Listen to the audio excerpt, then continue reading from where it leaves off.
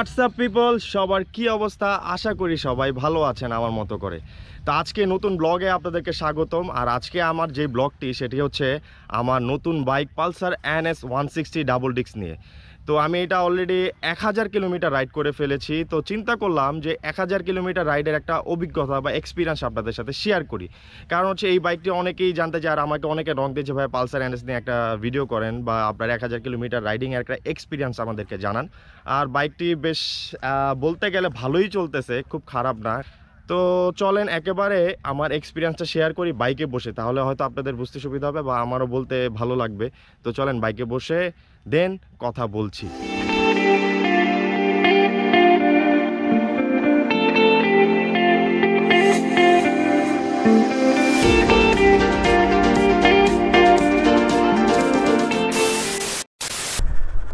So এই বাইকটি আমার 1000 কিলোমিটার রাইড করার পরে সর্বপ্রথম যেই অনুভূতিটি হয়েছে, মানে ভালো লেগেছে, ভালো লাগার দিকটাই আগে বলি, কি বলেন, সেটা হচ্ছে এই বাইকটির কন্ট্রোলিংটা বেশ ভালো আর কি। মানে আমি যেহেতু এর আগে সুজুকি চালিয়েছি, সুজুকির কন্ট্রোলিংও ভালো, তো ওইটা তো ভালোই অবশ্য। তো এই জন্য এইটাতেও আমি মনে করছিলাম হয়তো আমার কন্ট্রোলিংটা অনেক প্রবলেম হতে পারে, আসলে তা হয় নাই। আমি খুব ভালোভাবে চালাতে পারছি, বাট সিটিতে একটু হচ্ছে প্রবলেম হয়, কারণ সিটিতে গাড়িটা তো ভারী, তো এই জন্য সিটিতে একটু প্রবলেম ফেস করতে হয় আর কি। আর যেটা বলা যায় যে এর মানে আমার কাছে আরেকটা জিনিস, নাইট রাইড করে গাড়িটার সাথে আরেকটা জিনিস ভালো লেগেছে, সেটা হচ্ছে এই সুইচ বারগুলোর কারণে। সুইচ বারগুলো হচ্ছে এই ইন্ডিকেটরগুলাই জ্বলে থাকে, সিগন্যালগুলা, তো এগুলি অনেক সুবিধা মনে হয়েছে আর কি আমার কাছে, যে মানে ক্লিয়ারলি হচ্ছে বোঝা যায় আর কি, আর দেখতেও খুব সুন্দর লাগে। আর এমনিতেও বাইকটা তো অনেক সুন্দর, মাস্কুলার একটা লুক আছে এটার, এই লুকেই তো আসলে সবাই পছন্দ করে এই বাইকটিকে, তো এটাও একটা আসলে বড় বিষয়। এরপরে যদি বলি মানে 1000 কিলোমিটার রাইড করার পরে আরেকটা ভালো অনুভূতি, সেটা হচ্ছে এটার খুবই স্মুথ বাইকটা। মানে অনেকে হচ্ছে বলে যে ভাই এটা একটু কেমন জানি খড়খড় সাউন্ড বা কিছু, আমার কাছে এই 1000 কিলোমিটার রাইড করার পরে আমার কাছে সবচেয়ে যেটা ভালো মনে হয়েছে সেটা হচ্ছে এটার স্মুথনেসটা বাইকের। দেন হচ্ছে এর সিটিং পজিশনের কথা তো বলাই বাহুল্য, এটা একটা বড় ভালো দিক এই বাইকটি। মানে খুবই সুন্দরভাবে রাইড করা, যদিও এই বাইকটির হাইট একটু বেশি, সেই জন্যই আমি এই বাইকটি পছন্দ করেছিলাম কেনার জন্য, যে যাতে একটু কমফোর্টলি রাইড করতে পারি আর কি। যদি 5 ফুট 4 বা 3 ইঞ্চি যারা, তারা হচ্ছে এই হাইটের মানুষজন আসলে এই বাইকটি চালাতে একটু কষ্টই হবে, মানে যেহেতু হাইট বেশি, পা রাখতে অসুবিধা হয়, জ্যামের মধ্যে অসুবিধা হয়, এটা একটা অসুবিধা। এই জন্য হয়তো বাইকটা অতটা আসলে ওইভাবে মানুষ কিনতে পারে নাই, মানে যারা একটু হাইট বেশি তারাই আরামসে কিনতে পারছে আর কি। এই বাইকটির আরেকটি ভালো দিক বলা যায় যে এর 3 পার্ট হ্যান্ডেল বারের কারণে হচ্ছে কর্নারিং করে, তারপর হচ্ছে এমনিতে রাইড করে অনেক বেশি কমফোর্ট পাওয়া যায়, যেহেতু 3 পার্ট হ্যান্ডেল। কারণ ওই হ্যান্ডেলে অনেক সময় হচ্ছে প্রবলেম ফেস করে দেয়, যেটা হচ্ছে সিঙ্গেল বার হ্যান্ডেল আর কি। তো 3 পার্টে অন্য একটা, যেহেতু আপরাইডও কমফোর্টটা আর কি বেশি আর কি। এরপরে আসি এর মাইলেজের দিকটা। আমি 1000 কিলোমিটার রাইড করেছি যদিও, তো 1000 কিলোমিটারের ক্ষেত্রে মাইলেজের কথা যদি বলতে চাই, যেহেতু নতুন আর ব্রেক ইন পিরিয়ডে হচ্ছে একটু আরপিএম মেনটেন করে চালাতে হয়, তো আমি খুব ভালো মাইলেজ পাইছি। যদিও NS-এর এই মাইলেজ নিয়ে অনেকের অনেক প্রশ্ন আছে, এটা আমি হচ্ছে 38-40ও পাইছি। তো ওই ক্ষেত্রে মাইলেজও আমার মতে 1000 রাইডিং করার পরে, 1000 কিলোমিটার রাইড করার পরে আসলে খারাপ মনে হয়নি। এরপরে হচ্ছে যেহেতু ব্রেকিং পিরিয়ড শেষ, তো এরপরে বলা যাবে যে আসলে কি অবস্থা, কি মানে মাইলেজটা আসলে কতটুকু কী দিচ্ছে, বাট এখন মোটামুটি ভালো মাইলেজ দিচ্ছে, 38, 35, 40 পর্যন্ত পাইছি আমি, তো ওই হিসাবে খুব ভালো, খারাপ না। তো এরপর যদি বলি ব্রেকিংয়ের কথা, যেহেতু এটা টায়ারটা হচ্ছে আগের যেই NS ছিল সিঙ্গেল ডিস্কের, ওইটা টায়ারটা একটু চিকন ছিল, এইটার সাইজটা একটু বড় হাতে, আর হচ্ছে ডাবল ডিস্ক হওয়াতে ব্রেকিং এখন অনেক ভালো। ব্রেকিংটা যেমন অনেক হার্ডলি ব্রেকিং করলেও দেখা যায় কি একটু মানে খাটখাট করে ধরেন আর কি, মানে এইভাবে বলতে পারি আর কি, যে মানে ধাম করে যে একটা আছে না ব্রেক ধরে, এরকম না আর কি।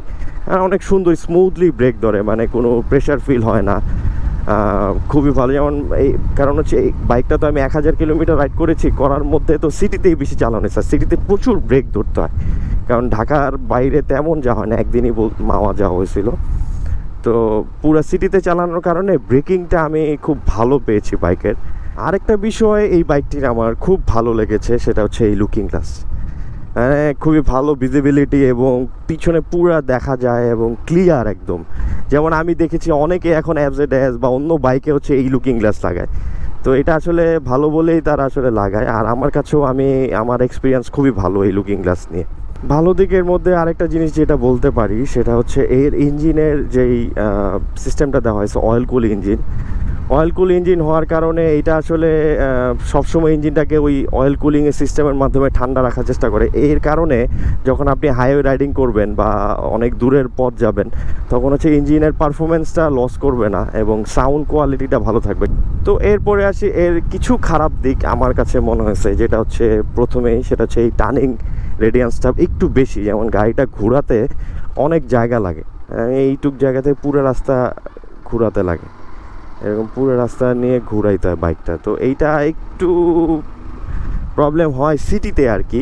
এমন সময় এদিক সেদিক দিয়ে আসলে ঢুকাতে হয় রিক্সার ভিতর দিয়ে, রিক্সার চিপা দিয়ে, মানে আমরা সিটিতে রাইড করতে সময় যা করি আর কি, ওগুলি করতে গেলে আসলে তখন প্রবলেমই হয় একটু টার্নিং রেডিয়ান্সটা নিয়ে।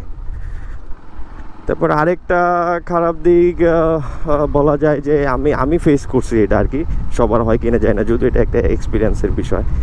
এই যে এই ইন্ডিকেটর সুইচটা ডানে বামে দেওয়ার, এইটা আসলে একটু প্রবলেম ফেস করছি প্রথম থেকে, এখন কিছুটা সলভ হয়েছে।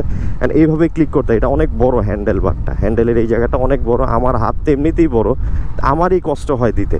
ঠিক আছে, যেমন এই দিকে দেওয়া যায় খুব সহজে, কিন্তু এই দিকে দিতে গেলে পুরো একদম হাত এদিকে এনে তারপর দিতে হয়।